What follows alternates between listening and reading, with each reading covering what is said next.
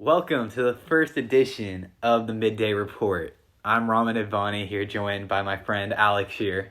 Glad to be back here. And today, we're going to be talking about the NFC side of the wild card playoffs. And then we'll talk about some NHL news and the college NCAA championship.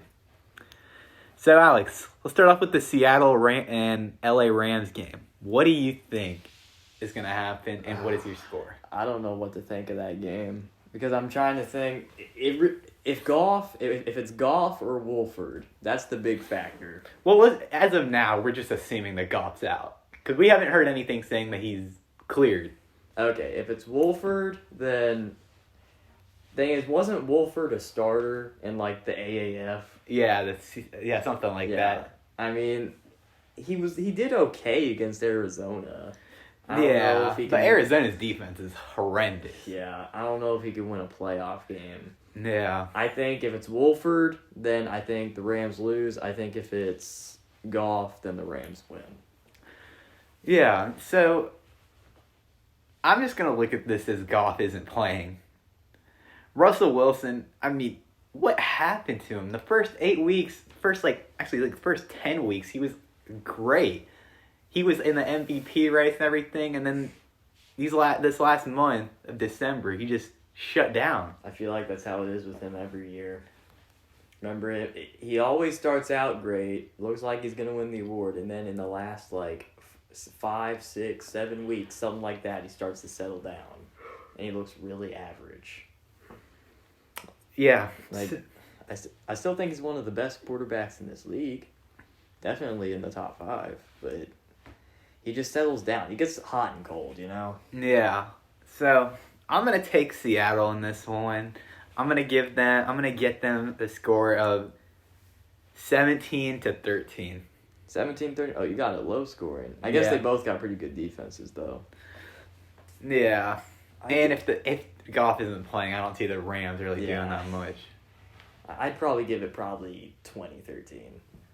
I think, yeah. That's fair. All right, next game. The Washington football team. Yeah, you're about to say Redskins. Did that on purpose. Versus the Buccaneers. Okay. What are you looking at in this game? I'm looking at, isn't this the Sunday night game? No, it's a Saturday. Or Saturday night, my bad. It's on NBC though, right? Yeah. Like primetime everything. Yeah. Weird enough, I'm picking the football team. Really? Weird enough, because I think their D-line is crazy. Chase Young, Ioannidis, Sweat. Isn't there one more name I'm forgetting? Kerrigan. All these guys, I think Bucks O-lines looked really bad here in the past few weeks. And I think Alex Smith can take down Tom Brady once again. That's what I think. If 2020 wasn't crazy enough for you, we got 2021 over here where a team with no name and a one-legged quarterback might beat Tom Brady in the playoffs. With a losing record hosting a playoff game. It's crazy, but I'm gonna take Tampa Bay in this one. I'm gonna take the consensus pick. I don't think the football team, they got a great defense.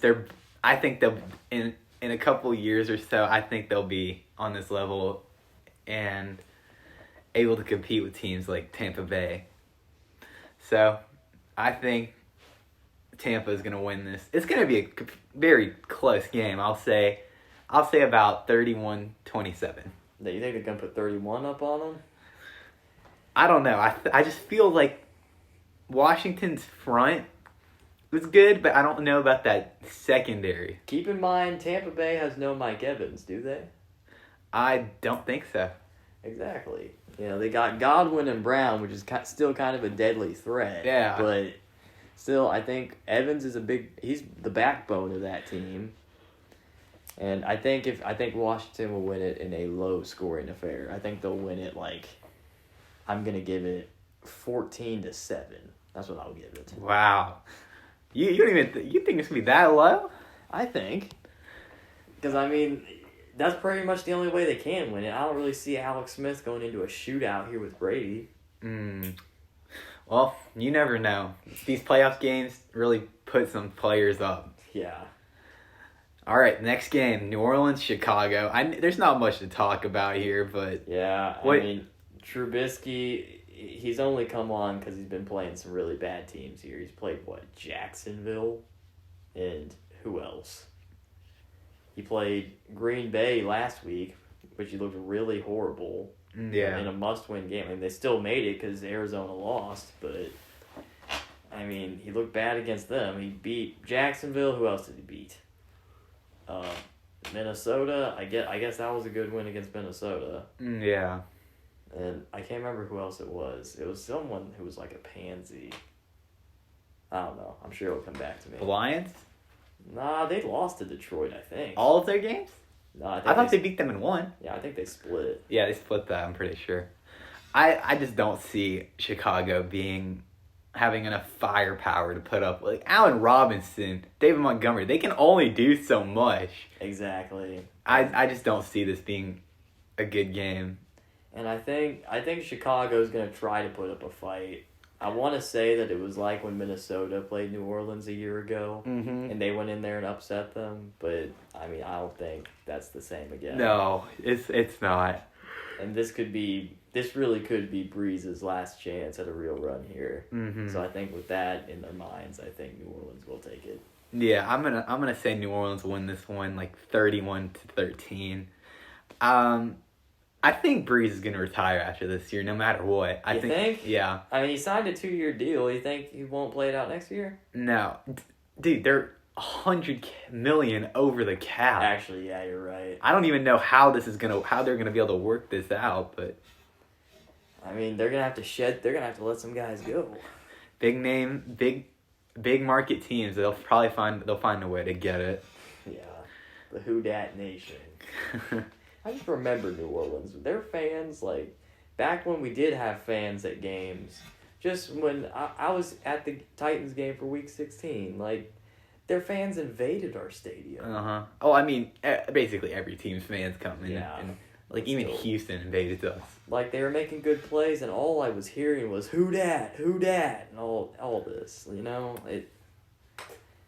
They're not a team to mess with. Yeah, they travel well. I don't know if you saw this or not, but Sean Payton was saying that they should quarantine 50,000 Saints fans for 2 weeks just so they can pack at the Superdome. I was like, wow. maybe that might not be a bad idea to get fans back in there, but I don't know who's going to want to quarantine just to go watch them whoop. I bet there would be a bunch of people that would. I don't know about 50,000, but I mean, I know a lot of people would. Yeah, absolutely. I'd love to do that. Go back to seeing a packed stadium. Like, yeah, who wouldn't want to do that? I mean, I went all of 2020 without going to an NFL game, so I'd do that in a heartbeat. Moving on to the NHL, we had some breaking news coming out of Dallas. The Dallas Stars had 6 players test positive and 2 staff members also test positive for coronavirus. And doing this, they postponed their first 2 games against the Florida Panthers by 2 days. Alex, thoughts? Dallas. Coming off that Cup final, they've looked great. You know, they re-signed Kudobin, who gave them that great run. You know, and I don't think this is entirely their fault. I mean, they can't control if they get on the COVID list or not. It's not entirely their fault, I wouldn't think. I don't think they're going to be anywhere near as good as they were this year, because remember Tyler Sagan's going to miss some time. Yep. And who else? There was someone else. I think, was it Foxa? I think it was Foxa. Yeah, and I don't know. As if this start of the year couldn't be any worse with Bishop being out as well as you said Sagan. And this just happening. I don't know how this year is gonna feel for those players. Yeah, I mean, it's just gonna be a tough year. You know, you're gonna have a lot of players that are up from the minors. Wasn't there no AHL season this year either? Oh no, they're bringing it back February 8th. That's when they're starting. They're suspending it for the first month. I don't know if you heard this, but the Admirals, the Preds team, the Preds minor, they opted out of the season. So they did? You know the Chicago Wolves? Yeah. We're joining with Carolina or not Carolina. Actually, yeah, Carolina, because Carolina's team also opted out. So we're joining with them to go to the Chicago Wolves. Wow. Okay. That's fascinating. Two Central Division teams matching up together. You don't see this very often. I wonder how that's gonna happen if some players need to be called up and they know like how their teammate plays. Yeah, it's very interesting how this stuff works. There's so many players that are gonna miss time coming out of here. I mean, I told you before, Chicago, they're not gonna have Taze and they're not gonna have Doc. Yeah. I mean, we didn't really expect them to go in and do anything this year. They came out and said they are rebuilding. Yeah. So, I mean, if they're going to tank, this is the year to do it. Yeah, absolutely. And it's a short season, so it's not like it's a long year of just waiting. Yeah. At least you get this season over with quick. Yeah. I don't know what to think of these divisions. I mean, are we going back to the normal divisions next season? Yes. This is just temporary. Thankfully. I don't know what to think about it. But, I mean, maybe, I don't know. In these back-to-back games, you're going to play the same team two days in a row. Or 2 games in a row, sorry. Yeah, but I think this is where having that goalie tandem comes in handy for teams. Like Vegas, let's say Leonard played lights out like the night before. He's tired as... And then you play Fleury. Yeah, I'd love to have that problem. That's what having 2 good goaltenders is going to do for you. You know, St. Louis isn't in our division anymore, thank God. But, I mean, they traded Jake Allen to Montreal. They didn't get anybody to replace him.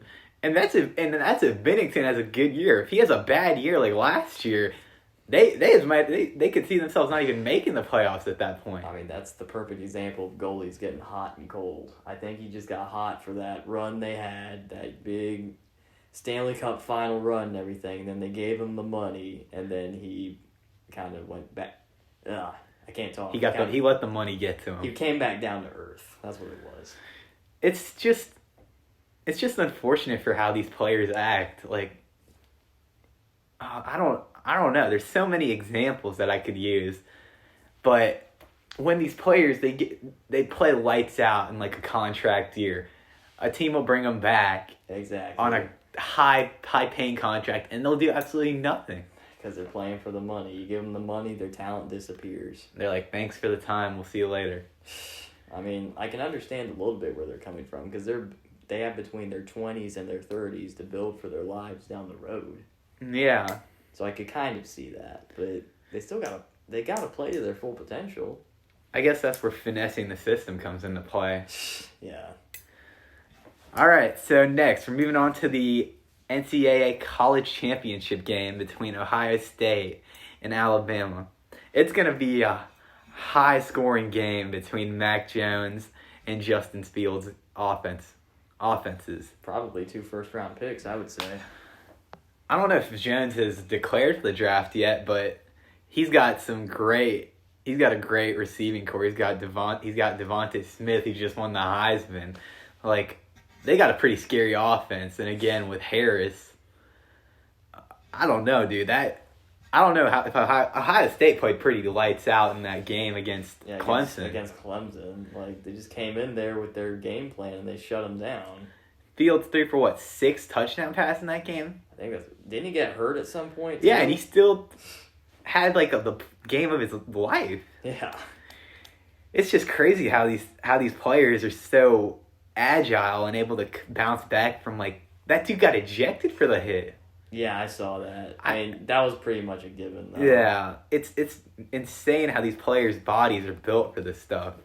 But I'm gonna take Ohio State. I think they have a lot rolling for them. Even though Alabama did destroy Notre Dame, I don't think Notre Dame should have been in there in the first place. Yeah, that's what everyone's saying. Like, I think they think it was mostly for the money and for the fans. Yeah, I think Texas A&M probably would have put up a better fight against Alabama than Notre Dame. Yeah, but that's just my opinion. We never know. It's like the butterfly effect. Who knows if they would have won?